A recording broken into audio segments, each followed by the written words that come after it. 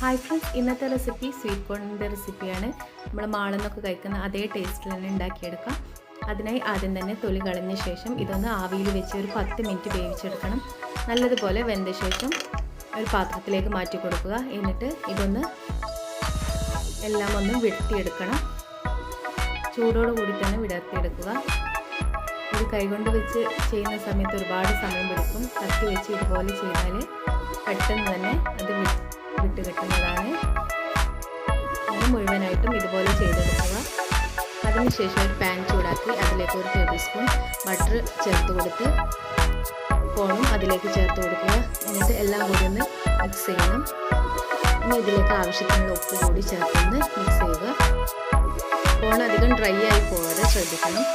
ഇനി ഇതിലേക്ക് കുറച്ച് മുളക് പൊടി കൂടി ചേർത്ത് തീ ഓഫ് ചെയ്യാം. അതിനുശേഷം ചൂടോടുകൂടി തന്നെ